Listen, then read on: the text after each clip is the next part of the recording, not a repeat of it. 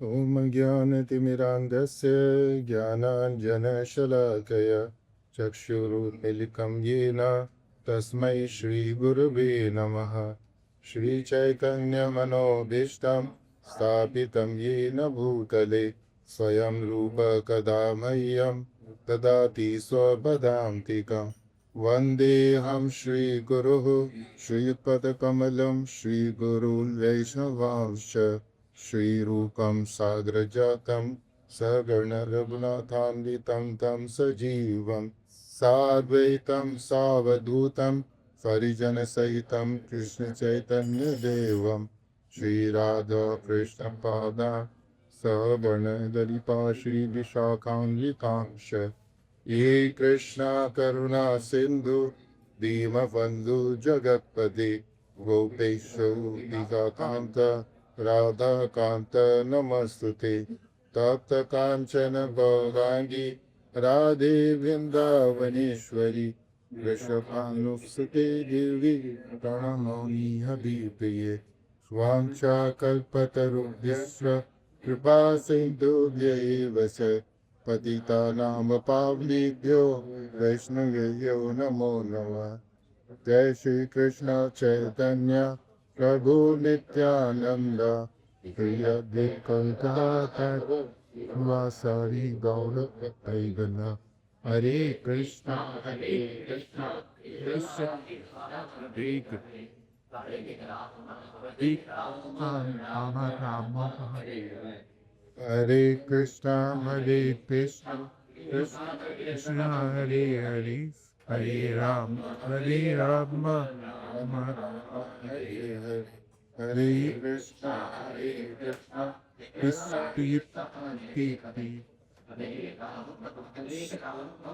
हरे कृष्णा। प्रभुजन माते, आज एक दूसरा बहुत ही शुभ दिन है। आज राधा अष्टमी के राधा रानी के प्राकट्य दिवस का सेलिब्रेशन कर रहे हैं। सो आज कृष्णा और शिला प्रभुपाद की कृपा से हम सब लोग एकत्रित हो पाए हैं राधा रानी के प्राकट्य दिवस के उत्सव मनाने के लिए, उसकी कुछ चर्चा करने के लिए। शिला प्रभुपाद जी कहते थे कि इस संसार में कोई भी व्यक्ति राधा रानी के बारे में बोलने के लिए सक्षम नहीं है। Nobody is qualified to speak about Radha Rani. Why? Because Radha Rani's love and devotion to Krishna is very pure है। वो इतना शुद्ध है कि हम जैसे साधारण व्यक्ति उसको समझ नहीं पाएंगे उसको। तो इसलिए प्रभुपाद जी ने हमको बोला कि जब हम राधा रानी के बारे में कोई चर्चा करें, उनके विषय में कुछ बात करें, तो उससे पहले हमको श्रीमद् भागवतम उसका अध्ययन करना चाहिए। जो भगवान की और गोपियों की जो लीलाएं हैं वो श्रीमद् भागवतम के 10वें स्कंद के अंदर दी गई हैं। तो प्रभुपाद जी ने बोला कि हम वो लीलाओं के बारे में चर्चा करें, उससे पहले हमें श्रीमद् भागवतम के जो 9 स्कंद हैं उनको पढ़ना चाहिए, उनको समझना चाहिए, तो जिससे हमारी भक्ति होगी। और भक्ति करने के बाद भी हम ऐसे नहीं कि सीधा वो लीलाओं के बारे में चर्चा करें। कोई भक्त उनके सानिध्य में, उन पे संपर्क में रह के हमको उनका जो तत्व है उसको सीखने का प्रयास करना चाहिए। और प्रभुपाद जी कहते थे, प्रभुपाद जी ने भागवत में भी दिया गया है कि भगवान की जो गोपियों की जो लीलाएं हैं वो इतनी शुद्ध हैं कि अगर हम उसको सही वक्ता जैसे सुखदेव गोस्वामी और सही श्रोता जैसे परीक्षित महाराज ऐसे सुने तो उनके मन में जो रही सही काम वासना है वो भी समूल नष्ट हो जाएंगी। एक बार श्रीमद् भागवतम में एक बार शिला प्रभुपाद जी राधा अष्टमी का उत्सव था, उस दिन वो कथा के लिए गए थे प्रोग्राम में। तो पूरा आधी पौन घंटे की कथा करी और पूरी कथा में कहीं पर भी शिला प्रभुपाद ने राधा रानी के बारे में कुछ नहीं बोला। उन्होंने कृष्ण भगवान के बारे में बोला, कृष्ण के जन्म और लीलाओं के बारे में बोला। तो सभी भक्त लोग आश्चर्यचकित थे कि आज तो राधाष्टमी है, राधा रानी का प्राकट्य दिवस है, आज राधा रानी के बारे में प्रभुपाद क्यों नहीं बोल। तो प्रभुपाद ने पूरी कथा खत्म करी और पूरी कथा खत्म करने के बाद में सिर्फ एक लाइन बोली कि राधा रानी ऐसी आध्यात्मिक शक्ति है जो ऐसे कृष्णा को भी अपनी तरफ आकर्षित करती है। और ये कह के उन्होंने अपनी कथा को वहां पे विराम दिया। तो इवन प्रभुपाद जी जिन्होंने इतने सारे ग्रंथ लिखे, इतने सारे ग्रंथों की व्याख्या करी उन्होंने, अगर उन सबको भी देखेंगे तो प्रभुपाद जी ने बहुत कम स्थान पर राधा रानी के बारे में कुछ बोला है। जो भी बोला है बहुत कम बोला है। और प्रभुपाद जी संसार छोड़ के गए तो उससे पहले वो श्रीमद् भागवतम के जो 4 स्कंद हैं उसका पूरा तात्पर्य, अनुवाद और तात्पर्य भी नहीं लिख पाए। तो उनके जो भक्त थे उन्होंने उसका अनुवाद और तात्पर्य लिखा। लेकिन अगर प्रभुपाद जी होते तो मालूम नहीं कि प्रभुपाद जी इसकी किस तरह से व्याख्या करते हैं हमको, बट दैट्स स्टिल मिस्ट्री। सो कहने का तात्पर्य ये है कि हम जब भी राधा रानी के बारे में, गोपनी के विषय में चर्चा करते हैं, सुनने का, बोलने का प्रयास करना चाहिए, तो हमको हमेशा एहसास होना चाहिए कि हम उसके योग्य नहीं हैं, और भगवान से प्रार्थना करनी चाहिए कि हमको जो उसको बोलने की शक्ति दे, और उसके बीच में जो गलतियाँ हो जो उसको क्षमा करें। राधा रानी के बारे में कई बारी लोगों के मन में बहुत सारी मिसकंसेप्शंस हैं, गलत धारणाएं हैं, लेकिन उसमें से कुछ भी सही नहीं है। राधा रानी का जो मूल तत्व है, ये पहले कई बारी बताया, चैतन्य चरितमृत में दिया गया है कि राधा रानी भगवान की अंतरंगा शक्ति है। जब भगवान को अपना आनंद बढ़ाने की और इच्छा होती है, he wants to expand his bliss, that time he manifest Radha Rani. एक बार भगवान रास मंडल में बैठे हुए थे, अकेले थे भगवान, तो बस सोचते सोचते उनके मन में विचार आया कि now I should expand my self to enjoy more, क्या मुझे अपना विस्तार करने का। तो जैसे ही उन्होंने सोचा, तो इमीडिएटली उनके शरीर के उल्टे हाथ से, उल्टे अंग से एक शक्ति प्रकट हुई, जिसको राधा रानी का नाम दिया गया है। और जैसे ही वो भगवान की शक्ति प्रकट हुई, वो आसपास चारों तरफ देख रही थी कि मैं कैसे कृष्णा की सेवा करूं। तो उन्होंने अपने आसपास कुछ दिखा नहीं, उनको सिर्फ मल्लिका फूल थे, वो उनको देखे एक जगह पे, तो उनको लेने के लिए दौड़ी हुए है, ये फ्लावर लेके मैं भगवान को अर्पण करूंगी। तो कुछ भक्त लोग कहते हैं कि इस तरह से राधा रानी का नाम, उस शक्ति का नाम राधा रानी पड़ा, क्योंकि वो भगवान के रास मंडल में प्रकट हुई, तो वहां से रा आया, और धा मतलब जैसी वो धाव थी, उन्होंने दौड़ना शुरू किया, तो राज ध राधा, इस तरह से भगवान की जो आध्यात्मिक शक्ति है उसका नाम राधा पड़ा। और कई भक्त लोग कहते हैं आराधना, आराधना शब्द का अंदर राधा का शब्द छुपा हुआ है, कि राधा का अर्थ है कि ऐसी शक्ति जो भगवान की हमेशा सेवा में, आराधना में लगी रहती है। और राधा रानी को हमारे चैतन्य चरितमृत में बताया गया है कि भगवान के गोलोक धाम में 3 बिलियन गोपीज हैं, 3 बिलियन गोपीज हैं, और उनमें से जो 8 गोपीज हैं, वो 3 बिलियन गोपीज की वो हेड है। और वो जो 8 गोपीज हैं जो सखी हैं, उनकी भी जो हेड है वो कौन है? राधा रानी है। और ये सब गोपियां मिलके ये क्या करती हैं? भगवान की सेवा करने का प्रयास करती है, क्योंकि भगवान ने जो अपनी शक्ति प्रकट करी, वो किस कारण से प्रकट करी? कि I want to enjoy the bliss, मैं देखना चाहता हूँ कि जो मेरे भक्त हैं मेरी सेवा करने में क्या आनंद पाते हैं। तो इस कारण से उन्होंने राधा रानी को प्रकट किया, और राधा रानी ने फिर अपनी और जो शक्तियां हैं, अपनी शक्ति के द्वारा, चैतन्य चरितमृत में आता है कि राधा रानी ने अपनी शक्ति के द्वारा जितनी भी लक्ष्मी के बारे में सुनते हैं, हम ब्रह्म संहिता में आता है कि लक्ष्मी सहस्त्र सवे सेवे मानम, कि भगवान के गोलोक धाम में अनगिनत लक्ष्मियां भगवान की चरण सेवा में लगी रहती है। द्वारका में हमने सुना कि वहाँ पे 16,108 रानियां हैं, वो सब क्या है? वो राधा रानी का अंश है। तो जितनी लक्ष्मियां हैं वो सब राधा रानी से, उनका राधा रानी का विस्तार है। द्वारका धाम में जो रानियां हैं वो राधा रानी का विस्तार है। और इसके अलावा जो भौतिक जगत में जितनी देवियां हम देखते हैं, वो सब भी राधा रानी का विस्तार है। जब हम कहते हैं ओम पूर्णमद पूर्णमिदम, कि भगवान के जो ईशोपनिषद में बताया गया है कि भगवान की क्या विशेषता है, ओम पूर्णमद, कि भगवान इज फुल कंप्लीट है। तो full complete means God should be male as well as female. अगर हम भगवान को सिर्फ पुरुष बोले और कहें कि स्त्री नहीं है, तो इसका मतलब उनके अंदर अपूर्णता है।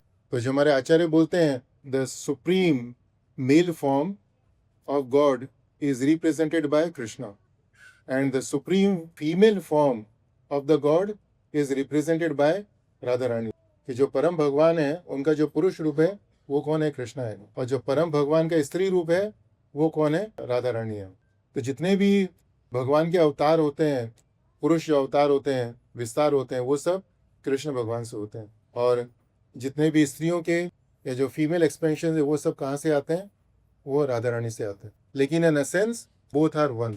जैसे चैतन्य चरितमृत में बताया गया है कि दोनों, कृष्ण भगवान और राधा रानी एक ही है। क्योंकि जैसे हम देखते हैं सूरज और सूरज की रोशनी, वो दोनों एक भी हैं और अलग अलग भी हैं।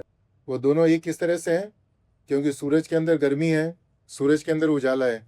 ऐसे ही सूरज की जो रोशनी है उसके अंदर भी गर्मी है, उसके अंदर भी उजाला है। लेकिन अंतर क्या है?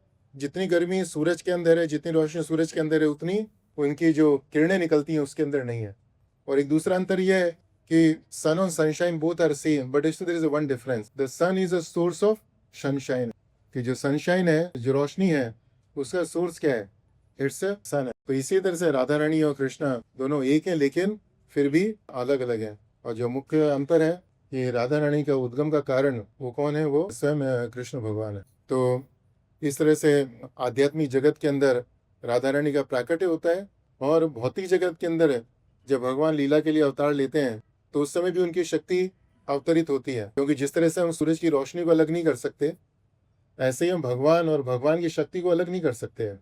और चैतन्य चरितमृत में बताया गया है कि we can't separate Krishna and Radha Rani as we can't separate the whiteness from the milk. जैसे दूध से उसकी सफेदी को अलग नहीं कर सकते, इसी तरह से हम कृष्णा और राधा रानी को अलग नहीं कर सकते। तो जहां जहां कृष्णा है वहां वहां राधा रानी जाएंगे। तो भगवान जब धरती पर प्रकट हुए तो उस समय राधा रानी को भी आना था। तो जब राधा रानी आई तो उस समय इस भौतिक धरातल पर वह वृषभानु और कीर्तिदा इनकी पुत्री के रूप में प्रकट हुई। कि आचार्य लोग बोलते हैं कि जब समुद्र मंथन की लीला हुई तो उस समय मोहिनी अवतार हुआ। जब मोहिनी अवतार हुआ तो जितने भी लोग थे, बड़े बड़े वहां पे ज्ञानी मुनि देवी देवता, सभी लोग मोहिनी के पीछे भागे। क्यों? क्योंकि उसको पत्नी के रूप में स्वीकार करना चाहते थे। वो उनके मन में कुछ वासना थी। लेकिन उस समय सिर्फ एक व्यक्तित्व ऐसा था, there was only one personality which was sun god at the time of churning the ocean. जो समुद्र मंथन हुआ उस समय सिर्फ एक व्यक्तित्व था, sun, the personality which was sun god, Surya Dev थे।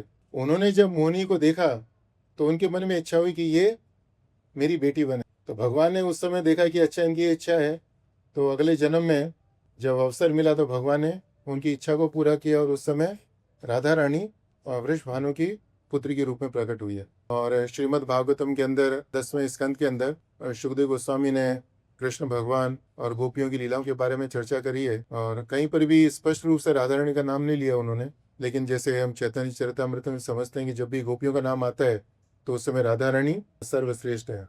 और श्रीमद् भागवत में प्रसंग आता है कि गोवर्धन लीला खत्म हुई। गोवर्धन लीला खत्म होने के बाद में सभी ब्रजवासी देव वर इन अ जॉयफुल मूड।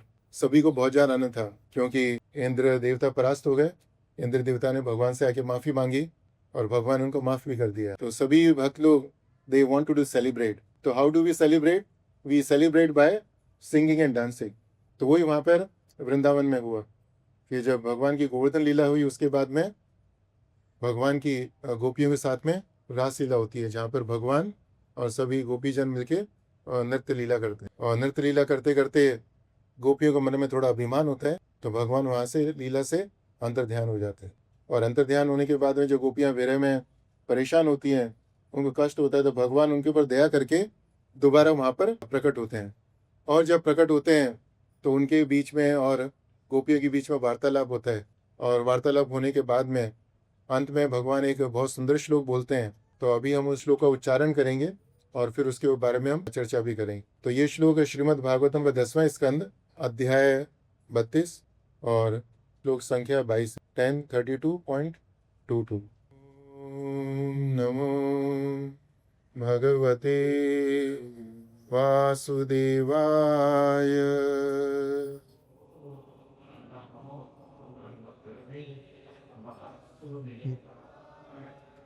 ओम नमो भगवते वासुदेवाय।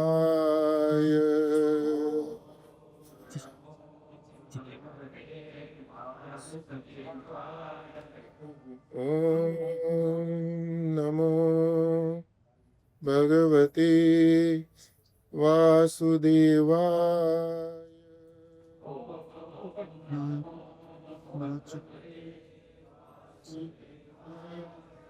नारायणं नमस्कृत्य नरं चैव नरोत्तमं देवीं सरस्वतीं व्यासं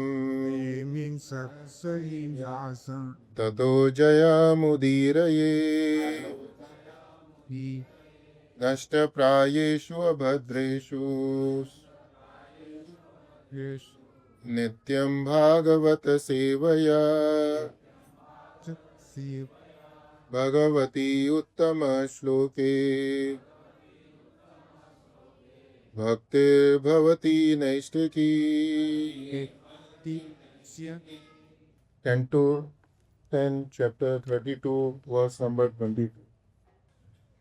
न न न पारये पारये पारये अहम् अहम् अहं निर्वध्य निर्वध्य निर्वध्य संयुजा संयुजा न पारये हम निर्वध्य संयुजा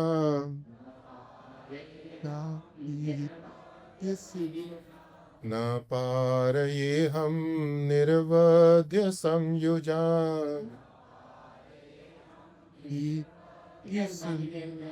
न पारये हम निर्वध्य संयुजा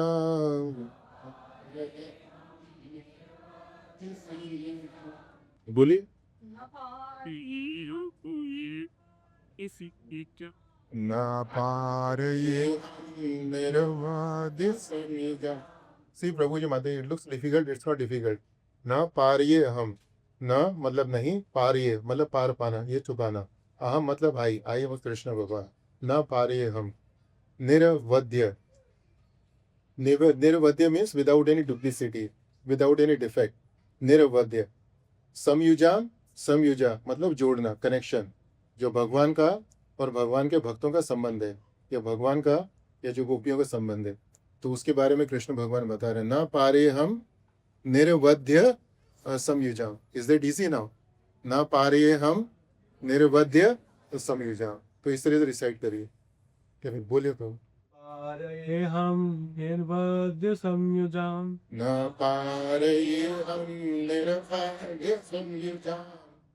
न पारये हम निर्वध्य संयुजाम्।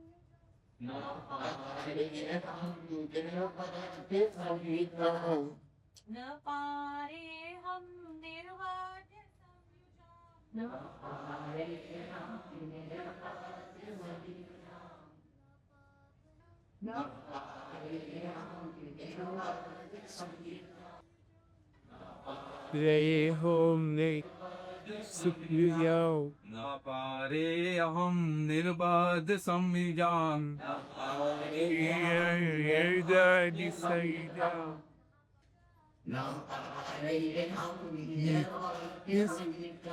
समयुजाम, ठीक है बेटा। उसके बाद मैं, सो न पारये हम निर्वध्य समयुजाम। फिर दूसरे हम, स्वसाधु कृत्यम, स्वसाधु कृत्यम, स्वसाधु, स्व मतलब अपना, साधु मतलब अच्छा, कृत्य मतलब काम करना, कर्म से कृत्यम, स्वसाधु कृत्यम। तो स्वसाधु कृत्यम का मतलब आपको समझ में है? स्वसाधु कृत्यम विबुधा युषापि वह। विबुध, विबुध देवताओं के लिए आता है। विबुध का अर्थ होता है देवता। विबुध आयु, विबुध के साथ में आयु, कि देवताओं की जो उम्र होती है, विबुध आयु। अपि, अपि मतलब भी, और वह मतलब तुम है।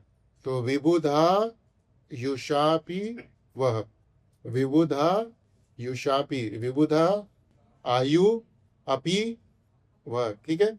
विबुधा आयु अपि। तो विबुध का मतलब मालूम है आपको, देवता। आयु का मतलब मालूम है, अपि का मतलब भी, इसके बाद भी, वह मतलब तुम लोग गोपियों के बारे में बोल रहे हैं। और स्वसाधु कृत्य, ये इजी टू अंडरस्टैंड। स्व का मतलब अपना, हम स्वजन कहते हैं ना, स्वजन कि हमारे जन, स्व। साधु का अर्थ होता है अच्छा, गुड। और कृत्य कर्म, कृत्य है। न पारये हम निर्वाद्य संयुजाम, स्वसाधु कृत्यम विबुधायुषापि वः। स्वसाधु कृत्यम विबुधायुषापि वः। स्वसाधु कृत्यम विबुधायुषापि वः।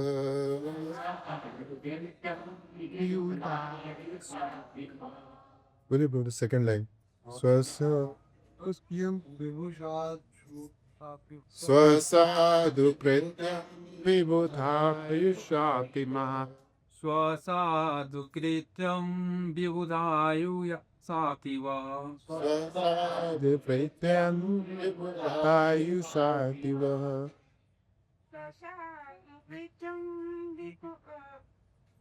विबुधायुषापि वः। स्वसाधु कृत्यं विबुधायुषापिवा स्वसाधुकृत्यं विबुधासु सापिव स्वसाधुकृत्यं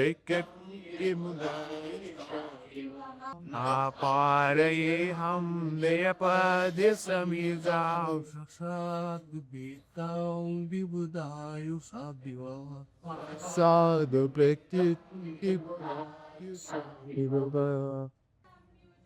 न आरये हम निर्मध्य संयुतां साधु कृत्यं विबुधायुषापि न पारये हम निर्वाद्य संयुजाम् एकं निर्वाक्यसंयुक्तं स्वसाधु कृत्यं विबुधायुषापि वः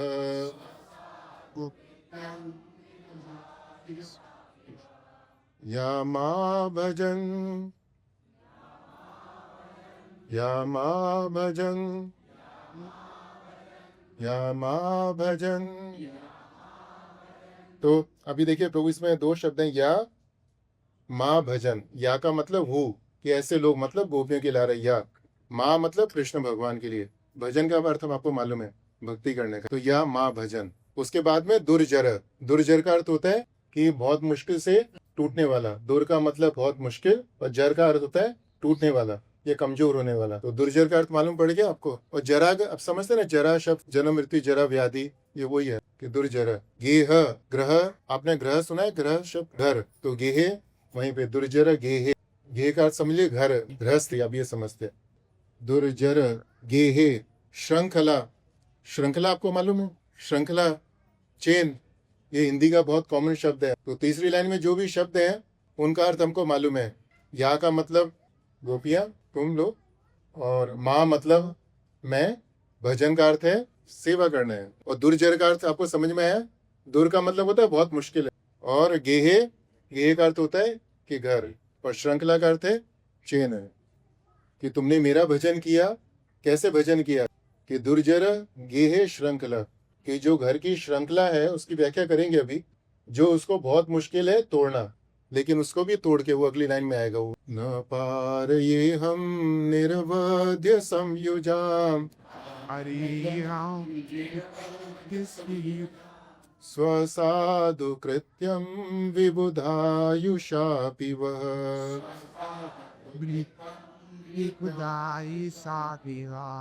या मा भजन् दुर्जर्गे श्रृंखला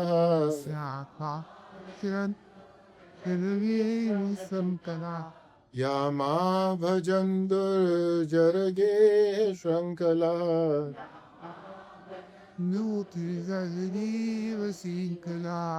या मा भजन् दुर्जर्गे श्रृंखला।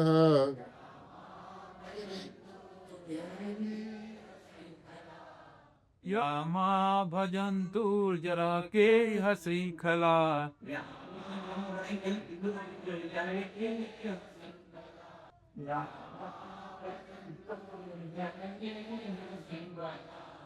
या वावसंदु जरगे हसुकला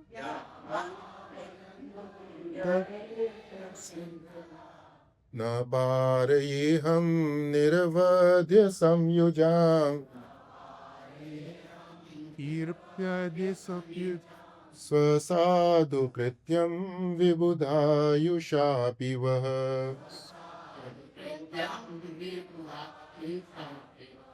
या मा भजन् दुर्जर्गे श्रृंखलः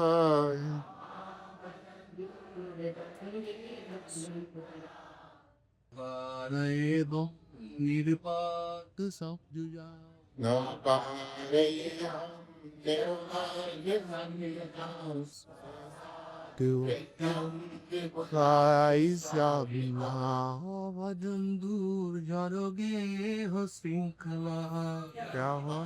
भजन्तु जननीय श्रृंखला न पारये हम निर्वद संयुजा न पारये हम निर्वध्य संयुजाम् न साधुकृत्यं विबुधायुषापि वः Isaiah. भजन्तु जरगे शृङ्खला Yeah. अपारे हम नरक संयुजाम किसी खुदाई तेरी सीढ़ी पर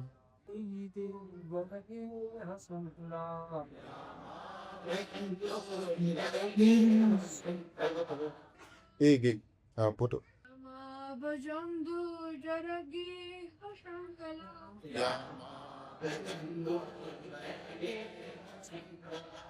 पापाली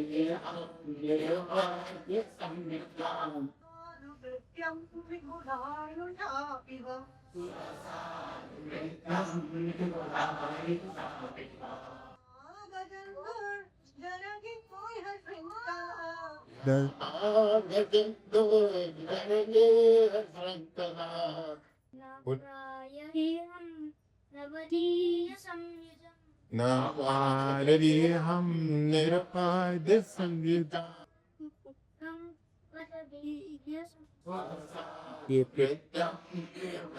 इस न पारये हम निर्वाद संयुजा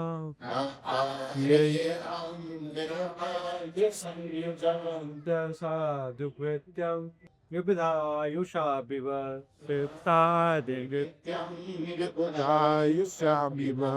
रामावदं दुर्जरगे शृङ्खला ज्ञानावचन्त जरति संभ्रश्य तद्व प्रतियादु साधुना संदेश तू साधना संभ्रश्य संभ्रश्य का होता है अच्छी तरह से तोड़ देना है। तो इससे पहली वाली लाइन में कृष्ण भगवान बोल रहे हैं कि दुर्जर गेह श्रृंखला, कि जो घर की श्रृंखला है उसको बहुत मुश्किल है उसको तोड़ने का है, लेकिन तुमने क्या किया, संभ्रश्य। संभ्रश्य का अर्थ होता है बहुत अच्छी तरह से तुमने उसको काट दिया है। और तद वह, तद का अर्थ होता है वह, कि तद किसके लिए आ रहा है, स्वसाधु कृत्य। तद वह जो तुमने अच्छे कर्म किए, प्रति यातु का अर्थ होता है कि प्रतिफल, रिएक्शन, कॉम्पनसेशन। और साधुना, साधुना का अर्थ है जैसे पहले बताया कि जो तुम्हारे अच्छे कर्म है वही तुम्हारा प्रतिफल है।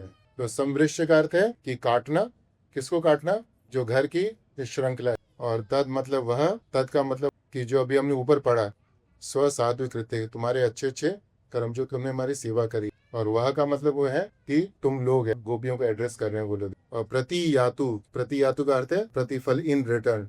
और साधुना, साधुना का मतलब है कि गुड एक्टिविटी इटसेल्फ, कि वही अच्छे कर्म ही स्वयं है। इस तरह से इसका मतलब है।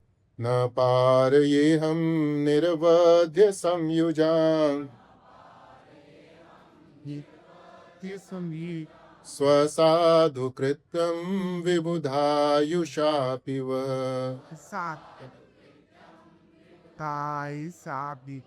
यमा भजन्त जरगेह श्रृंखला शीतला संभ्रश्य तद्व प्रतियातु साधुना साध संभ्रश्य तद्व प्रतियातु साधुना संभ्रश्य तद्व प्रतियातु साधुना तू साध संभ्रश्य तद्व प्रतियातु साधुना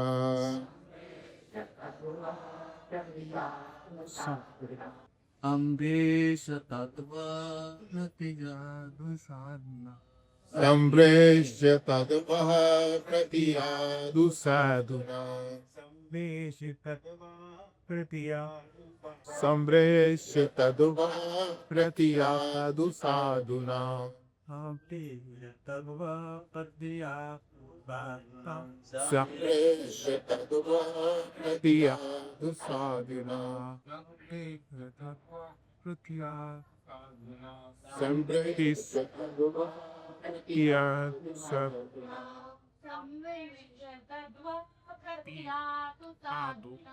संगे प्रतिया तु साधुया ये हम नरवद सविदाम न पात्रये हम निरवधि स्वपिता युक्यं विबुधायु साधु स्वसाधु प्रत्यन्निदुनादेशाविमनो यामा भजन्त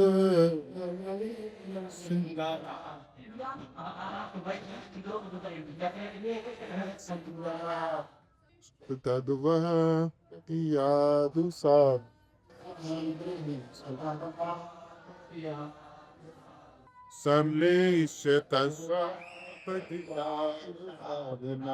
न not RA am able to make aham I nirvadya samyujam to those who are completely free from deceit swasadhu krityam proper compensation vibudha ayusha with a lifetime as long as that of demigods.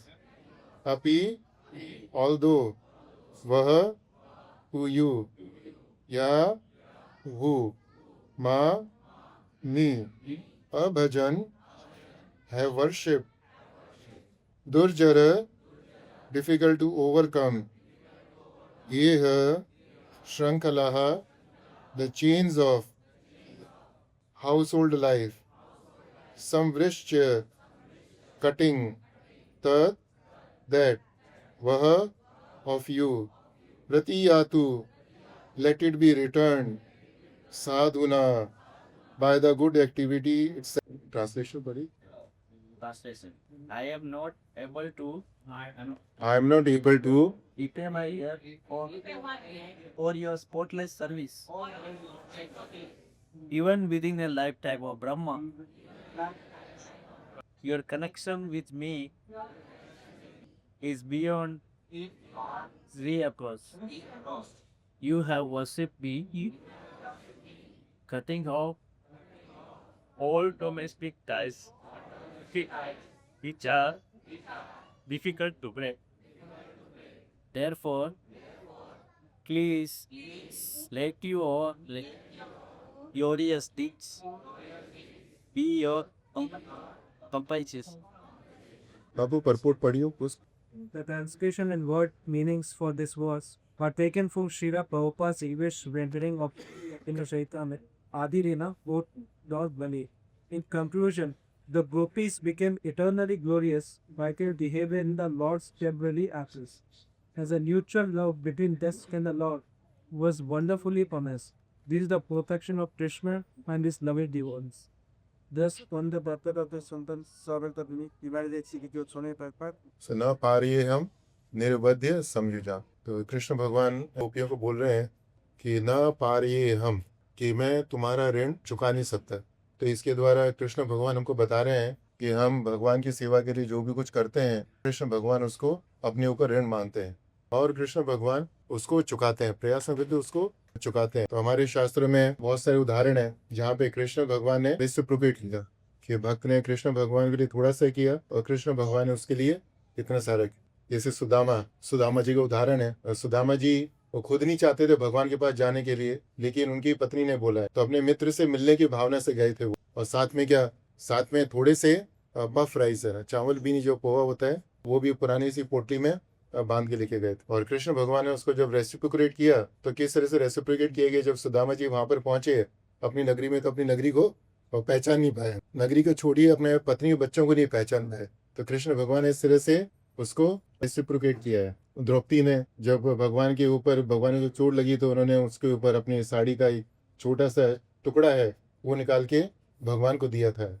और जब अवसर आया तो भगवान ने क्या उसके कई गुना, जो कपड़ा दिया उससे कई गुना ज्यादा कपड़ा दिया है. ऐसे जो फल बेचने वाली थी उसने तो क्या सिर्फ भगवान को कुछ फल दिए है, लेकिन उसके बाद बदले में भगवान ने उनकी फलों की जो टोकरी है उसको पैसों से नहीं, हीरे ज्वारा से भर दिया। जब रुक्मणी जी संकट में थी, भगवान के गुण सुने, उनसे विवाह करना चाहती थी, तो भगवान को सिर्फ उनका पत्र मिला, और पत्र मिलते ही तुरंत वो रुक्मणी जी से उनको बचाने के लिए आए, और उनसे उनको बचा के लेके गए।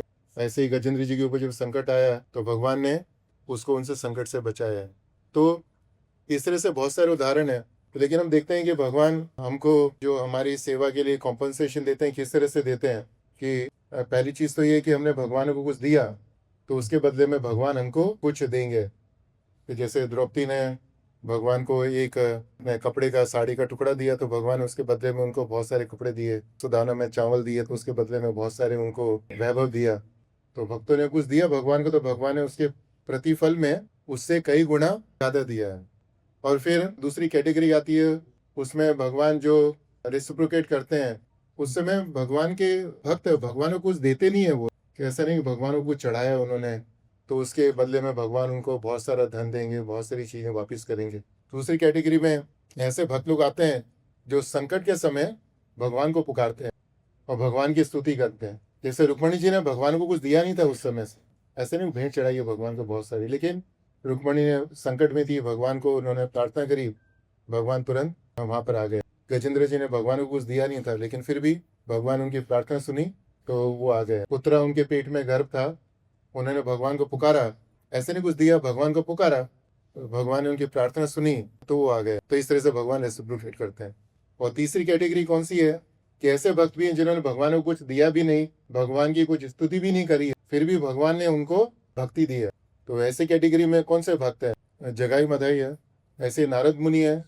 नारद मुनि, हमने शास्त्रों में कहीं पढ़ा नहीं कि नारद मुनि ने भगवान को कोई भेंट चढ़ाई हो या नारद मुनि ने कोई स्पेशली भगवान की कोई स्तुति करी हो। उन्होंने तो सिर्फ भक्तों की सेवा करी अनजाने में, और भक्तों की सेवा करने का प्रभाव था कि भगवान ने प्रकट हुए वहां पर और उनको भक्ति का उनको आशीर्वाद दिया, वरदान दिया। ऐसे ही 4 कुमार थे, ब्रह्मा जी के पुत्र थे। हाँ, भगवान को कुछ ऐसे हमने सुना नहीं कि भगवान को कुछ अर्पण किया उन्होंने, वो कुछ संकट में थे, भगवान के धाम में गए, वहां पे तुलसी पत्र को सूंघा उन्होंने और भगवान की उनको भक्ति प्राप्त हो गई है। ऐसे ध्रुव महाराज थे, ध्रुव महाराज भगवान को कुछ नहीं दिया उन्होंने, और वो संकट में भी नहीं थे। वो ऐसे उनके मन में इच्छा थी संकट में, लेकिन भगवान प्रकट हुए, भगवान प्रकट होते ही उनकी सारी इच्छाएं समूल नष्ट हो गई, और उसके बाद में जो कुछ भी दिया भगवान ने उनको क्या उनकी भक्ति के कारण दिया हुआ है। तो इस तरह से देखते हैं कि कृष्णा रेसिप्रोकेट्स अस, भगवान हमें प्रतिफल में देते हैं। अगर हम भगवान को कुछ दें तो भगवान उसके बदले में हमें देंगे और कई गुना ज्यादा देंगे।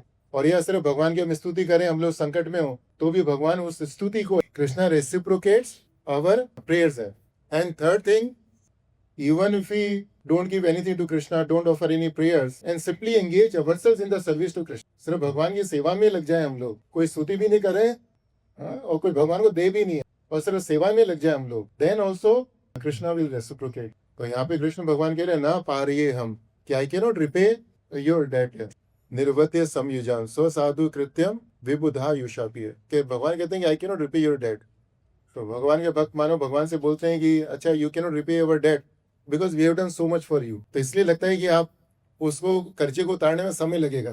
तो भगवान कहते हैं नहीं, समय की बात नहीं है, विबुधा युषापि, कि विबुध का अर्थ होता है देवता है। तो देवताओं में कौन से ऐसे देवता है जिनकी सबसे ज्यादा उम्र होती है? ब्रह्मा जी की उम्र होती है। ब्रह्मा जी की उम्र कितनी होती है? 311 ट्रिलियन ईयर्स होती है। तो भगवान कहते हैं कि अगर उतनी आयु भी हो तुम्हारे पास, भगवान के पास तो खैर we can not ask Krishna कि what is your age, Krishna is always eternal. तो विबुधा means it's the age of the gopis. If the gopis are given the life time of Brahma ji, Brahma ji की उनको उम्र भी दी जाए, तो कृष्ण भगवान कहते हैं कि विबुधा युषापि वह, कि उसके बाद भी मैं तुम्हारा कर्ज नहीं चुका सकता। और कर्ज क्यों नहीं चुका सकता? वो कहते हैं कि निर्वध्य समयुजाम, कि निर्वध्य, भगवान कर्जा क्यों नहीं चुका सकते? भगवान कहते हैं कि निर्वध्य समयुजाम। समयुजाम का अर्थ है कि जो तुम्हारा मेरे साथ संबंध है, whatever you have done for me, your connection with me, samyujam, what is the nature of that connection, what is the nature of the relationship, वो भगवान एक शब्द में बताते हैं। वो एक शब्द क्या है कि निर्वध्य। और यहाँ पे जो इंग्लिश में दिया गया है निर्वध्य का अर्थ है बियॉन्ड रिप्रोच है। और रिप्रोच के 2-3 अर्थ होते हैं। रिप्रोच का एक अर्थ होता है क्रिटिसिज्म। क्रिटिसिज्म का अर्थ होता है कि उसकी किसी चीज को हम ठीक नहीं माने और उसको सुधारने की सलाह दें हम लोग। तो भगवान कहते हैं कि जो तुमने मेरे लिए किया है जो तुम्हारी भक्ति है मेरे प्रति, इट्स बियॉन्ड एनी क्रिटिसिज्म, उसकी कोई भी आलोचना नहीं कर सकता उसकी। और भगवान कहते हैं कि उसको सुधारने की आवश्यकता भी नहीं, there is no need to improve on that. कई बार हम लोग कहते हैं कि we need to improve in our devotion service, तो भगवान गोपियों के बोल रहे हैं कि whatever devotion service you have performed unto me, there is no improvement required in that, उसके अंदर कोई भी सुधार करने की आवश्यकता नहीं है। That means that's a top and, कि उसके बाद में भक्ति का कोई स्तर नहीं है। तो भक्ति का जो सबसे ऊंचा स्तर है वो कौन सा स्तर है? वो जिस तरह से गोपियों ने भक्ति करी है वो वाला स्तर है। दैट्स मीनिंग ऑफ निर्वध्य। एक अर्थ ये हुआ निर्वध्य का, और दूसरा अर्थ है कि डिसअपॉइंटमेंट, कि निराशा होने का। कि कभी कभी भौतिक संसार में देखते हैं, हम किसी से संबंध बनाते हैं, किसी के लिए कुछ काम करते हैं हम लोग, तो उसके अंत में क्या होता है, हमको निराशा होती है उससे किसी न किसी कारण से। तो यहाँ पे भगवान कहते हैं कि जो तुमने मेरे लिए किया, जो तुमने मेरे लिए भक्ति करी, आई am not disappointed with that.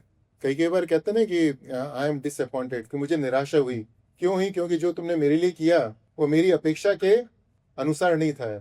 तो कृष्ण भगवान कह रहे हैं कि I am not disappointed, means it is according to my expectation.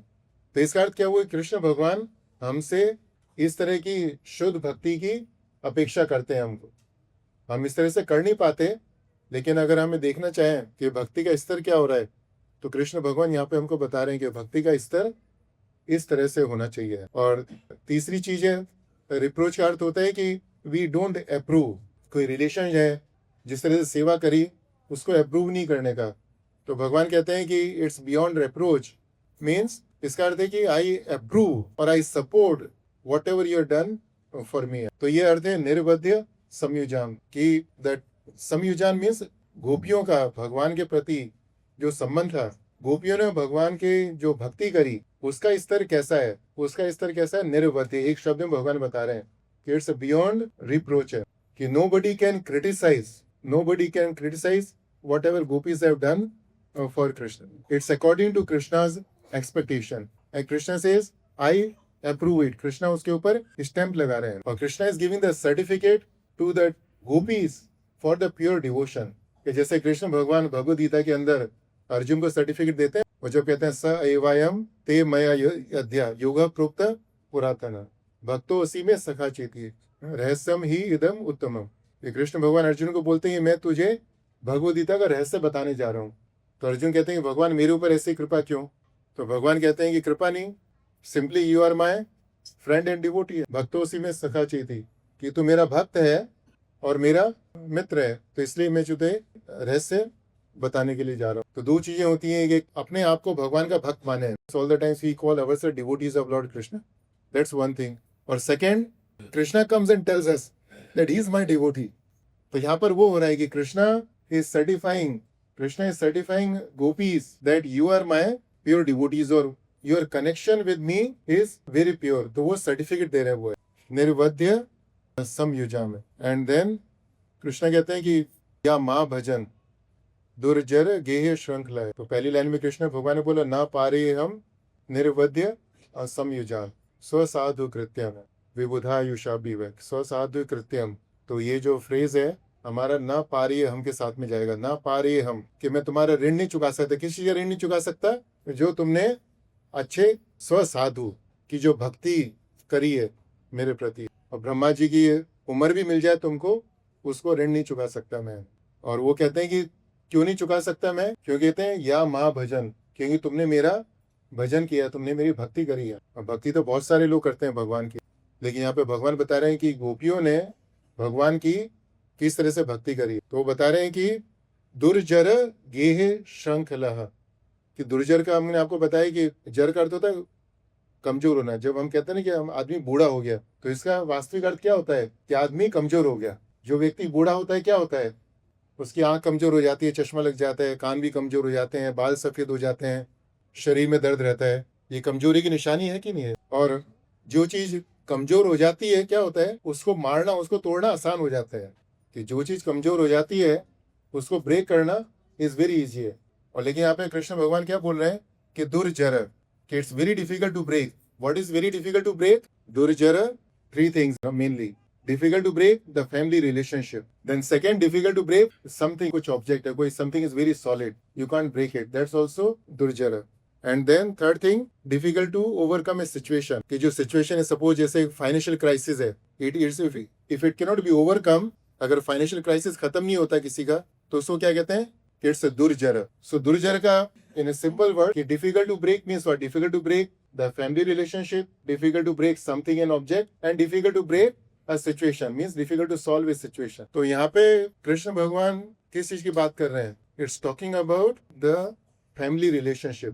वो कहते हैं गेह श्रृंखला है. गेह ये का अर्थ होता है गृहस्थी है, और यहाँ पे श्रृंखला, श्रृंखला का अर्थ है कि एक से ज्यादा chain. It's not one chain, it's multiple chains. जब आदमी का जन्म होता है तो उस समय कोई श्रृंखला में नहीं बंधा होता हुआ है. जब जन्म होता है तो जन्म के बाद में संसार में कोई जीव उसका माता पिता बनता है, और जिस बच्चे का जन्म होता है अगर उससे पहले उसके भाई बहन हो तो किसी का वो भाई बहन भी हो जाता है. और उसके बाद में क्या होता है, स्कूल में जाता है, कुछ उसके मित्र होते हैं, ठीक है, कॉलेज में जाता है, मित्र के उसके कॉलेज के दोस्त होते हैं, फिर ऑफिस में जाते हैं, ऑफिस के उसके कुलीग होते हैं, फ्रेंड्स होते हैं, फिर शादी होती है तो शादी के बाद में पत्नी होती है, फिर उसके बाद में फिर बच्चे होते हैं, फिर बच्चों के बच्चे होते हैं. ये क्या हो गया, सब चेन बन गई. तो ये तो एक चेन है, लेकिन हमारे पास एक चेन नहीं है, हमारे पास बहुत सारी चेन है. हम इस तरह बहुत सारी चेन से बंधे हुए हैं. और सोचिए अगर कोई एक चीज हो, एक चीज को छोड़ना है तो इजी है कि किसी बच्चे का जन्म हुआ और सिर्फ माता पिता हैं तो चलो भाई दो की बात है, दो को छोड़ने का. लेकिन उसके बाद में तो भाई भी है, बहन भी है, फिर स्कूल के बहुत सारे दोस्त भी हैं, कॉलेज के दोस्त हैं, उनकी बात छोड़ो, फिर बाद में शादी होती है, पत्नी है, फिर बच्चे हैं. तो ये सब पूरी चेन बन गई. अब किसी से बोला जाए कि ये पूरी चेन है, इसमें से क्या छोड़ना चाहोगे, और हमसे वो पूछेगा भाई पूरी चेन है, इसमें से क्या छोड़ना चाहते हो, what we want to leave, क्या छोड़ना चाहेंगे हम? कुछ भी नहीं छोड़ना चाहेंगे. चलो भाई अभी नहीं छोड़ेंगे, कब छोड़ना चाहेंगे? चलो प्रभु अभी नहीं छोड़ेगा, कभी छोड़ेंगे? कभी नहीं छोड़ेंगे. कैसे छूटेगा? पट्टे जाएंगे मम्मी कोर्ट पे. तो जब बच्चे हमें छोड़ देंगे, जब जबरदस्ती छूट जाएगा. ऐसा नहीं कि हम स्वेच्छा से छोड़ेंगे, वो तो जबरदस्ती छूटेगा हमसे. तो यहाँ पर वो छोड़ना नहीं, वो तो जबरदस्ती से छोड़ना हुआ. तो इस तरह से दुर्जर गेह श्रृंखला, ये कहते हैं कि जो तुम्हारे ग्रह की श्रृंखला है, the chain of family relationship, दुर्जर, it's very difficult to break. And how difficult to break, अभी इन्होंने बताया हमको कि ना तो अभी छोड़ना चाहते ना बाद में छोड़ना चाहते. That means it's impossible to break. तो लेकिन गोपियों ने क्या किया, भगवान कहते हैं कि समवृश्य मतलब तुमने अच्छी तरह से उसको छोड़ा नहीं. एक तो छोड़ना तो अलग होता है कि हम किसी चीज छोड़ दिया, दोबारा उससे जुड़ गए हम. तो यहाँ पे कृष्ण भगवान कह रहे तुमने उसे छोड़ा ही नहीं, you have cut it to pieces. कि जब किसी चीज को काटते हैं तो क्या होता है, उसके बाद उसको जोड़ने की संभावना नहीं रहती, उसको you cannot join it back. तो कृष्ण भगवान कहते हैं कि तुमने इस तरह से जो तुम्हारे परिवार के लोग थे, तुमने अपना संबंध उनके साथ बुरी तरह से काट लिया है. जब गजेंद्र मोक्ष की स्तुति करते हैं हम लोग, गजेंद्र मोक्ष की स्तुति में एक बहुत सुंदर श्लोक आता है, उसमें कहते हैं ना, आत्मात्म जाप्त ग्रह वित्त जनेशु सकते है दुष्प्रापणाय गुण संग विवर्जिताय. गजेंद्र जी क्या बोलते हैं कि दुष्प्रापणाय, कि कौन व्यक्ति भगवान को प्राप्त नहीं कर सकते. दुष्प्राप्त, कौन से व्यक्ति, दुष् का समझते हैं बहुत मुश्किल, और प्राप्त मतलब प्राप्त करना है, कि कौन से व्यक्तियों को भगवान नहीं मिल सकते, दुष्प्राप्त होते हैं, यह मतलब नॉट पॉसिबल टू अचीव है. तो बताते हैं किसको भगवान नहीं मिलते हैं. तो कहते हैं कि आत्मात्म जाप्त ग्रह वित्त जनेशु सकते ही. आत्मा का अर्थ होता है कि जो अपने शरीर और इंद्रियों से जुड़े रहते हैं, और आत्मज कौन होता है, आत्मात्मज. आत्मज कौन होता है, जो हमारे शरीर से पैदा होते हैं, कि परिवार के जो हमारे पुत्र और पुत्री हो गए. और आप्त होता है कि हमारे फ्रेंड्स एंड रिलेटिव्स. और ग्रह का अर्थ होता है कि हमारा ग्रह और हमारे समाज. और वित्त का अर्थ होता है धन. और लास्ट में है जनेशु. जनेशु का अर्थ है कि जो हमारे आसपास के और लोग हैं. तो इसमें कहते हैं आत्मात्म जाप्त ग्रह वित्त जनेशु शक्ति दुष्प्रापणाय समसंग विवर्जिता, कि हम लोग जो व्यक्ति इस तरह से 6 चीजों से आसक्त रहते हैं, उनको भगवान नहीं मिल सकते हैं. और ब्रह्मा जी तीसरे स्कंद में बताते हैं क्यों नहीं मिल सकते, बिकॉज कि जब हमारे पास ये सब चीजें होती हैं तो what we do, we try to protect them. हम सब उसको बचा के रखना चाहते हैं, इजंट इट. तो कौन व्यक्ति बचा के रख सकता है इतनी बड़ी चेन को? है हमारे आसपास इतने सारे लोग हैं, हमने इतनी बड़ी चेन से बंधे हुए हम लोग. इस चेन के अंदर बहुत सारी कड़ियां हैं. कौन सी कड़ी है? जैसे बताया, माता है, पिता है, भाई है, बहन है, मित्र है, हमारे पुत्र हैं, उनके बच्चे हैं, उनका परिवार है. ये सब कड़ियां हैं. हमारे अंदर कहाँ सामर्थ्य है इनको बचा के रखने की? Do we have the capacity to protect them all the times? No, we do not have the capacity. but still what we do, we try to protect them, right? And what happens if we can't protect it, then what happens, then we have the fear, then we lament it. तो हमारा पूरा जीवन तो इसी में निकल जाता है हमारा, तो शुद्ध भक्ति करने का तो समय नहीं रहता हमको। तो लेकिन गोपियों ने जो किया, गोपियों ने क्या किया कि उन्होंने ये सब छोड़कर भगवान के पास में गए हुए। गोपियों ने सबको छोड़ा, अपने जो गोपियां भगवान के पास गई, कुछ गोपी ने अपने माता पिता को छोड़ा, कुछ गोपी ने अपने पति को छोड़ा, कुछ ने अपने बच्चों को दूध पिला रही थी उनको छोड़ा, कुछ ने अपने घर को छोड़ा। उन्होंने ये नहीं सोचा कि जब वापस हम घर में आएंगे तो हमको घर में रहने के लिए जगह मिलेगी नहीं मिलेगी। दे डिड नॉट थिंक एनीथिंग, और सीधा कृष्ण भगवान के पास भाग गए।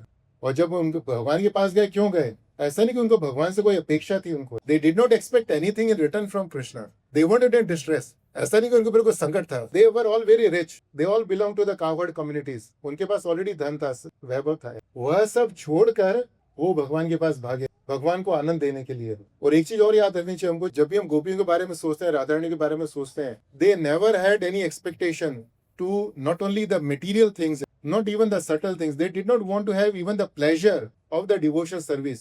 वो भक्ति का आनंद भी नहीं लेना चाहते थे। वो गोपियां भक्ति करती थी लेकिन वो भक्ति का आनंद भी नहीं चाहती थी।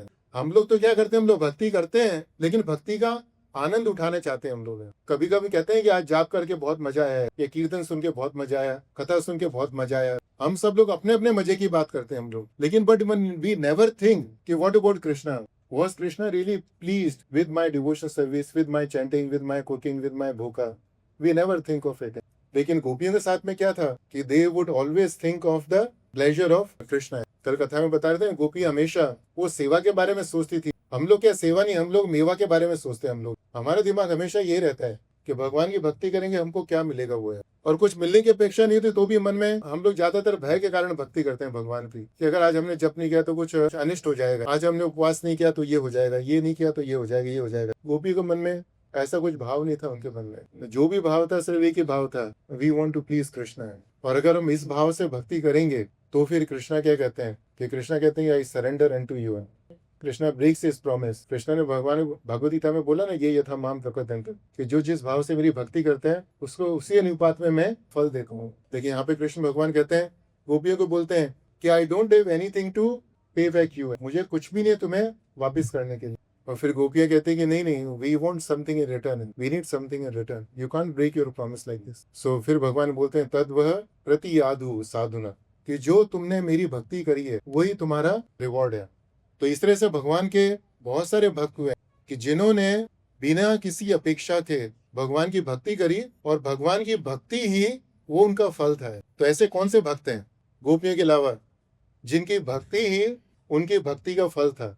या प्रहलाद महाराज, क्योंकि कष्ट में होने के बाद भी उनका भगवान के प्रति प्रेम था, वो प्रेम नहीं गया उनका। तो प्रहलाद महाराज की भक्ति है। और किसी भक्ति है? अम्बरीश महाराज का उदाहरण है। और इसके बाद में हनुमान जी का उदाहरण है। हनुमान जी ने कभी न सुनने में आता है कि उन्होंने भगवान से कुछ चीज की अपेक्षा करी। मीराबाई है, मीराबाई का उदाहरण है। उन्होंने भगवान की भक्ति क्यों करी? कोई कारण नहीं है उनका। वो तो अच्छे राजपाट में रह रही थी, महल में रह रही थी, सब कुछ सुख मिल सकता था उनको। जटायु ने भगवान की सेवा करी। किसी ने बोला नहीं था जटायु को जाकर कि तुम सीता माता को जाके बचाओ, और सीता माता को बचाने को छोड़ो, किसी ने बोला नहीं था जटायु को तुम जाके रावण से युद्ध करो। तो उसने जो सेवा करा और बाद में शरीर भी छोड़ दिया। तो जो जटायु ने सेवा करी वो सेवा ही उसका फल था। जो शबरी ने भगवान की भक्ति करी, शबरी को क्या फल मिला? क्या फल मिला? शबरी ने कितने कई साल तक भगवान राम की प्रतीक्षा करी और कितना कष्ट हुआ, लेकिन जब उन्होंने भगवान को देखा, भगवान को थोड़े से फल अर्पण किए, वही उसकी भक्ति का इनका फल था। भरत महाराज जिस तरह से उन्होंने भगवान की भक्ति करी, जब भगवान राम वन में थे कि 13 साल तक गुफा के अंदर रहते थे, क्या खाते थे? तो जो गाय के मूत्र में उबले हुए चावल, उससे अपने शरीर जीवन चलाते थे वो। तो बिना किसी अपेक्षा के भगवान भक्ति करी उन्होंने।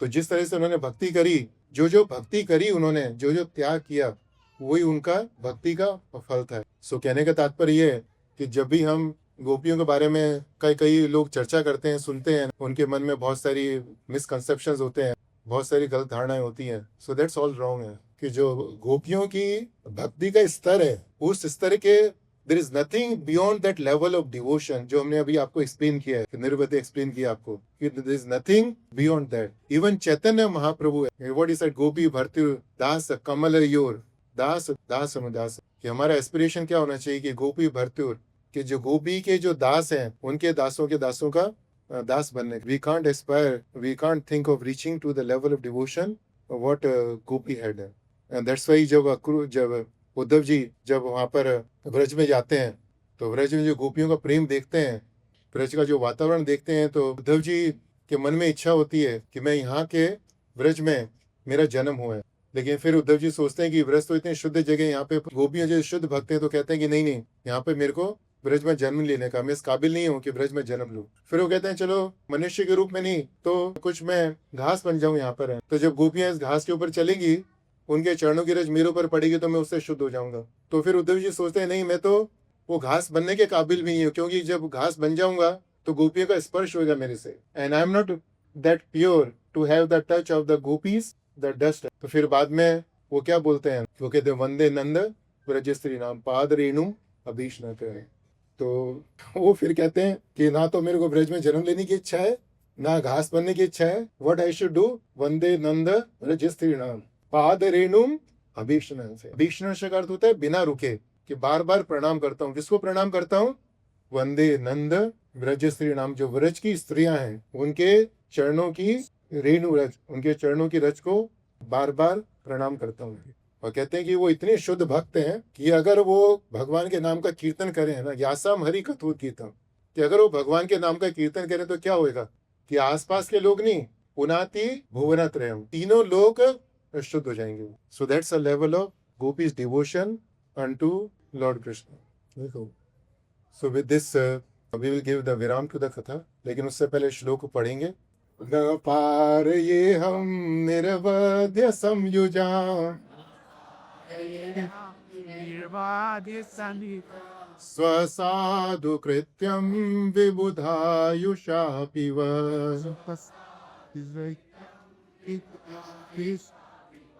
या मा भजन्तु जरगे शृंखला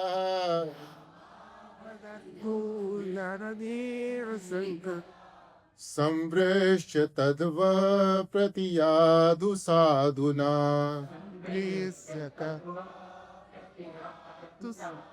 हाँ, जोर से बोलिए तो याद होएगा आपको। न पार ये हम निर्वध्य संयुजाम स्वसाधु कृत्यं विबुधायुषा पिवः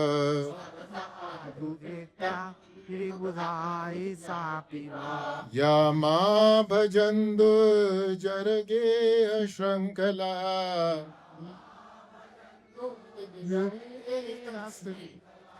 संवृश्य तदव प्रतियातु साधुना।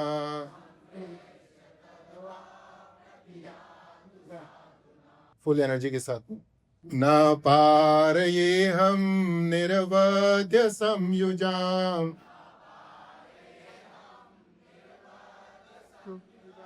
स्वसाधु कृत्यं विबुधायुषा पिवः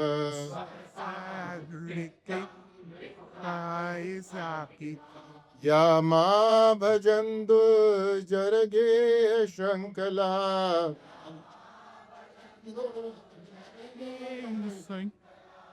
संवृश्य तदव प्रतियादु साधुना।